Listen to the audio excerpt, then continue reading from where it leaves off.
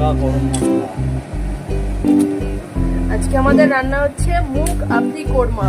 এবার দেবো আমি সাজিরে ছোট এলাচগুলো ফাটানো হয়নি, তাই ফাটছে। আজকে আমার হাজবেন্ড রান্না করছে। এটা সাজিরে, বুঝতেই পারছো ম্যানেজারেরা কতটাই কাঁচা রান্নাতে।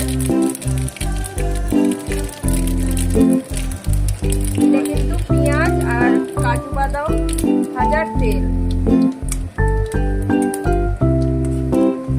এটা না ভালোভাবে যখন গরম হয়ে যাবে না, তখন আমরা কি করব, একটা হাতা দিয়ে এগুলো তুলে ফেলে দেবো। কারণ খাবার সময় গ্রেভির মধ্যে যদি এগুলো মুখে পড়ে তাহলে খুব বিচ্ছিরি খেতে লাগে। ওই জন্য এটাকে তুলে আমরা ফেলে দেবো। এর ফ্লেভারটা জাস্ট ইনফিউজ হয়ে যাবে এই অয়েলের মধ্যে, তারপর সেইটা আমরা গ্রেভিতে ইউজ করবো। আমরা হাতা করে এটা তুলে সাইডে ফেলে দেবো, তাহলে গ্রেভিটা অনেক স্মুথ হবে। যেমন দেখতে পাচ্ছ যে হাতা করে এটা তোলা হচ্ছে, তুলে এটা ফেলে দেওয়া হচ্ছে। লবঙ্গ এলাচটা অতি সহজে ফেলা যাবে, তবে সাজিরেটা যদি একটু থাকে তাহলে অসুবিধা কিন্তু খুব একটা নেই, বরঞ্চ ফ্লেভারটা ভালোই লাগবে। এবার ওই তেলেতেই দেওয়া হচ্ছে যে পেঁয়াজ আর কাজু বাদামটা ভালো করে ভেজেছিলাম না, সেটাই।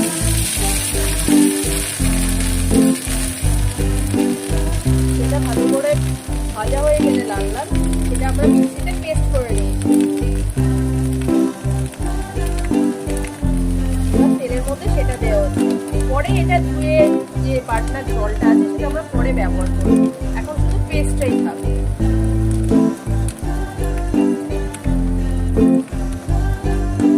আমি তো সবসময় শর্টই আপলোড করি, বাট হঠাৎ মনে হলো যে আজকে একটা ভিডিও আপলোড করে দেখি তোমাদের কেমন লাগে।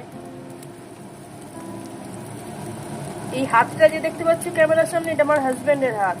বুঝতেই তো পারছো যে এরা কতটা কাঁচা রান্নায়, তার জন্য ক্যামেরার সামনে বারবার হাতটা আসছিল, বলতে এখন হাতটা সরিয়ে নিয়েছে। এটা হলো পেঁয়াজ আর কাজু বাদাম বাটার টেস্টটা। এটা এবারে ভালোভাবে কড়াই নাড়া হবে।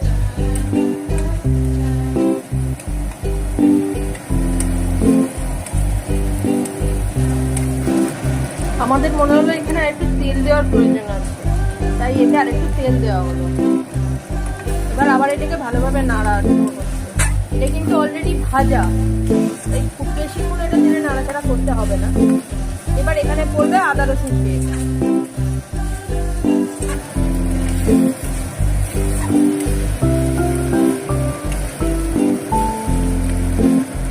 আর সামান্য, কারণ আগের মাংসতে আদা রসুন দেওয়া হয়নি। এবার এই আদা রসুন পেস্টটা দিয়ে এটাকে আরো ভালো করে কষানো হবে। তোমরা দেখতেই পাচ্ছ এটা কত ভালোভাবে কষানো হচ্ছে। একটা ব্যাকগ্রাউন্ডে একটা আওয়াজ হয়তো তোমাদের ডিস্টার্ব করতে পারে, সেটা চিমনির আওয়াজ, সরি, কিছু মনে করো না, একটু অ্যাডজাস্ট করে নিও। এবার একটা জলের মধ্যে আমি হলুদ, লঙ্কা গুঁড়ো, ধনে গুঁড়ো গুলিয়ে রেখেছি, সেটা আমি এবারে ঢেলে দিচ্ছি এর মধ্যে। জলের মধ্যে গুলে রাখলে গ্রেভিটা খুব সুন্দর হবে, মশলাটা ভালোভাবে ওর সাথে গুলে যাবে। দিয়ে এটা ভালো করে আবার নাড়ানো হচ্ছে।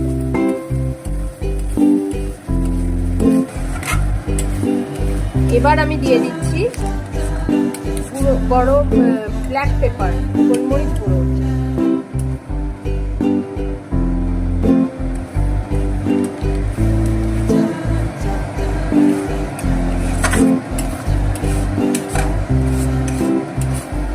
যেহেতু লঙ্কা পড়েনি, তাই গোলমরিচটা তোমরা তোমাদের টেস্ট অনুযায়ী মেশাতে পারো।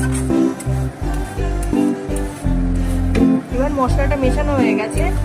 এরপর এবারে এতে দেওয়া হবে টক দই। মাংসে কিন্তু কোনো টক দই দেওয়া নেই, মাংসটা শুধু হলুদ আর অল্প একটু নুন দিয়ে ম্যারিনেট করে রাখা আছে।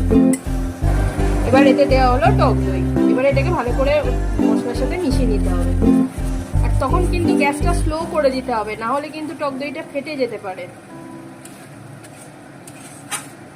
টক দইটা যেই গ্রেভির সাথে মিশে যাবে না, বোঝা যাবে যে তেলটা উপরে ভেসে উঠবে, তখন আমাদের এর মধ্যে দিয়ে দিতে হবে চিকেন। টেস্টের জন্য, ব্যালেন্স করার জন্য আমি অল্প একটু চিনি দিলাম। আমি সব রান্নায় অল্প একটু চিনি দিই, কারোর ভালো না লাগলে সে দিও না। এবার অ্যাট লাস্ট এই গ্রেভিতে দেওয়া হচ্ছে মেন ইনগ্রেডিয়েন্টস, যেটা হলো চিকেন, যেটা আগে থেকে শুধুমাত্র নুন অল্প আর হলুদ দিয়ে ম্যারিনেট করে রাখা আছে। ওকে,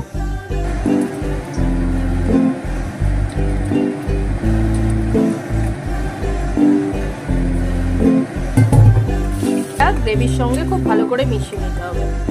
আর এই সময় এতে নুনটাও দিয়ে দিতে হবে। এর মধ্যে নুনটা দেওয়া হয়ে গেল। এবারে এটাকে ভালো করে কষাতে হবে।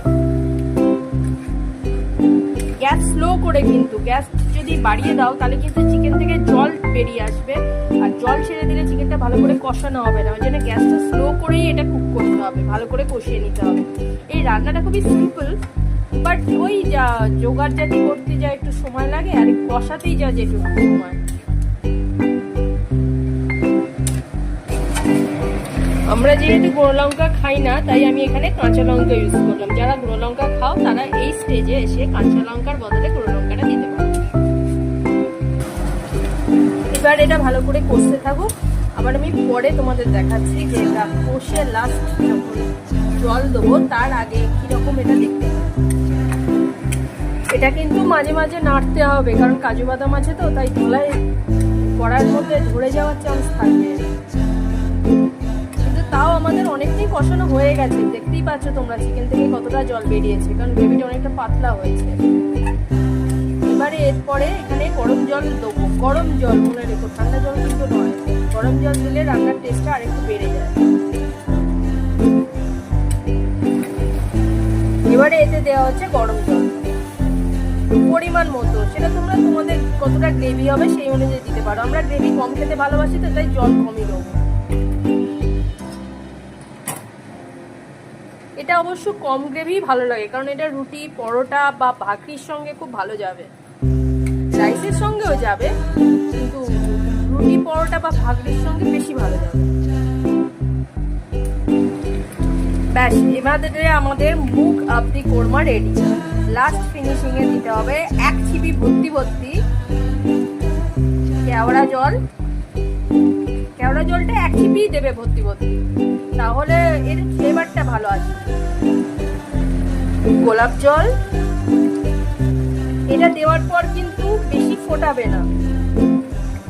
এক ছিপি গোলাপ জল। আমার হাজবেন্ড আবার তোমাদের বোতলটা দেখিয়ে দিচ্ছে যে কোনটা। আর এবারে দেওয়া হচ্ছে মিঠা আতর। মিঠা আতরটা কিন্তু খুবই কম, কারণ এর গন্ধটা তো অনেকে সহ্য করতে পারে না। যদি না পারো তাহলে দিতে হবে না, তবে কেওড়া জলটা দিলে ভালো হয় ফ্লেভারটা, কারণ যেহেতু এটা মুগ আবদি কোরমা তো এটাতে একটু শাহী ব্যাপার আছে। আমরা ভালো লাগে আমাদের, তাই আমরা দিলাম। আমার হাজবেন্ডের রান্না শেষ। ও কিন্তু রান্নাটা দারুণ করে। আর ব্যাপার হচ্ছে আমার শ্বশুরমশাইও খুব ভালো রান্না করতো, আর আমি শুনেছি আমার শাশুড়ি মা নাকি শ্বশুরমশাইয়ের থেকেই মাংস রান্না করা শিখেছিলেন। তাই ন্যাচারালি তার ছেলে হয়ে আমার হাজবেন্ড তো ভালো রান্না করবেই চিকেন। তাহলে আমাদের রেডি হয়ে গেল মুগ আবদি কোরমা। লাগবে জানাবেন। এতক্ষণ পর কিছু একটা বলেছে।